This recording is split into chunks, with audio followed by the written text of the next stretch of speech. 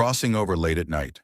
Lim gazed at the classical yet luxuriously appointed room, then at his own cold iron bed, and couldn't help but feel out of place. With a sigh of resignation, Lim acknowledged it had been 2 years. Indeed, Lim had traveled through time.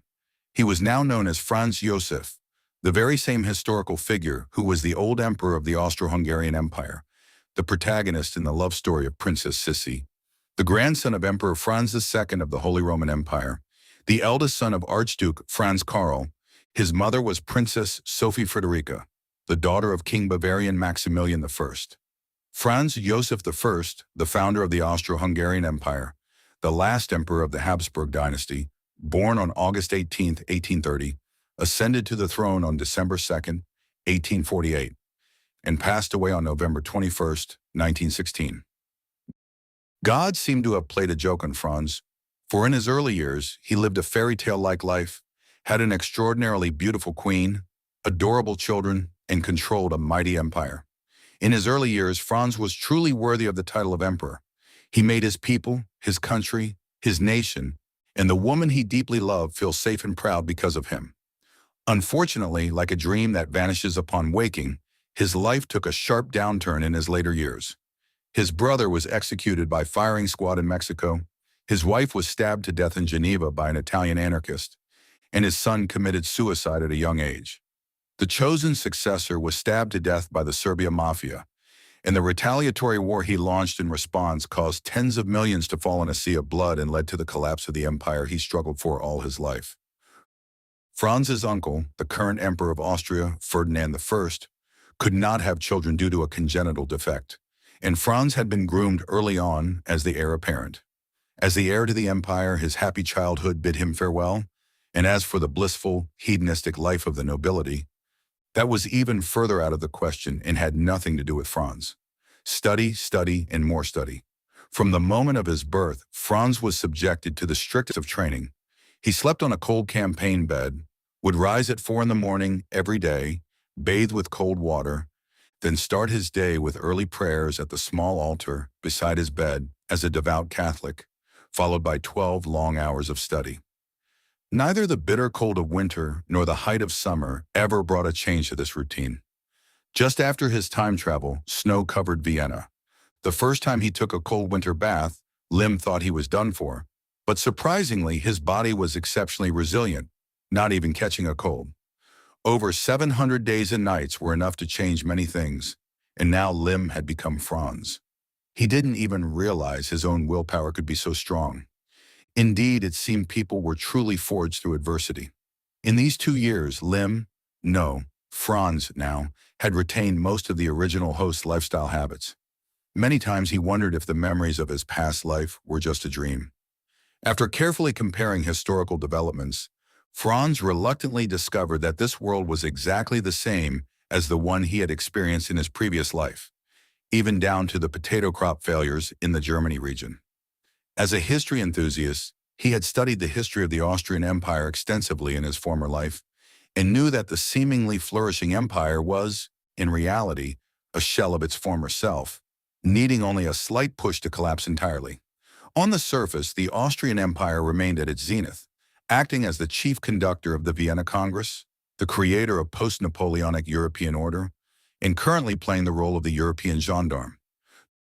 Nobody knew that this great empire would crumble in the great upheaval 2 years later, and if it weren't for the major powers needing its existence, the Austrian Empire would have become history by 1849. Even though it barely survived, the Austrian Empire had begun its decline from prosperity. Due to diplomatic failures, it faced a series of military failures, first losing the Austria-France War and then the Prussia-Austria War. Even the Italians had bitten off a chunk of Austria. A succession of defeats undermined the authority of the central government, eventually forcing it into a compromise and transforming the Austrian Empire into the dual monarchy of the Austro-Hungarian Empire. The establishment of the Austro-Hungarian Empire in history was filled with coincidences, and Franz dared not wager that he could do better than his predecessor. Now, saving the Austrian Empire had become his midterm goal. Of course, he could choose to escape, renounce the right to the throne, and become an ordinary person living in a safe place as a happy capitalist. Unfortunately, after 2 years of living as nobility, Franz's ambition had already started to take root.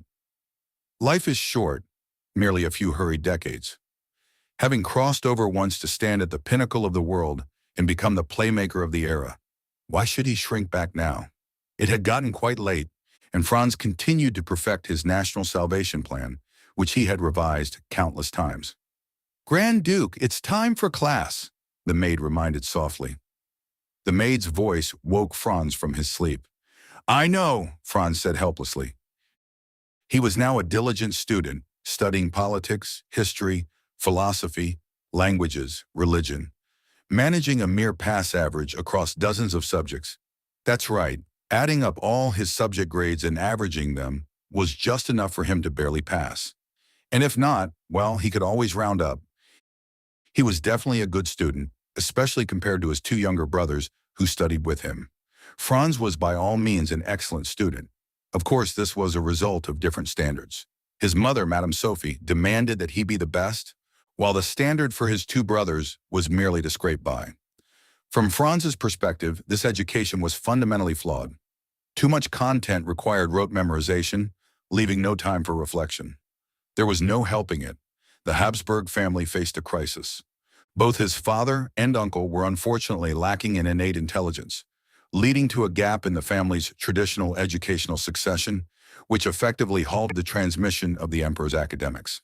These courses were all personally arranged by his mother Sophie, a devout Catholic who believed that as the successor to the emperor, he needed to be strong. Showing any emotion was disastrous, and she was exceptionally strict with Franz. In addition to learning his mother tongue, by the age of 8, Franz could write letters in French. By 11, he studied Hungarian, Czech, and Italian, and started delving into Latin and Greek at the age of 13. Unfortunately, he hadn't inherited the academic genius genes from the original owner of his body. After using up all the academic capital left behind, Franz's performance in his studies declined steadily. The historically multilingual Franz, who could converse in almost all the languages of the Austro-Hungarian Empire's nationalities, was long gone. Now there remained only a student struggling to pass his classes.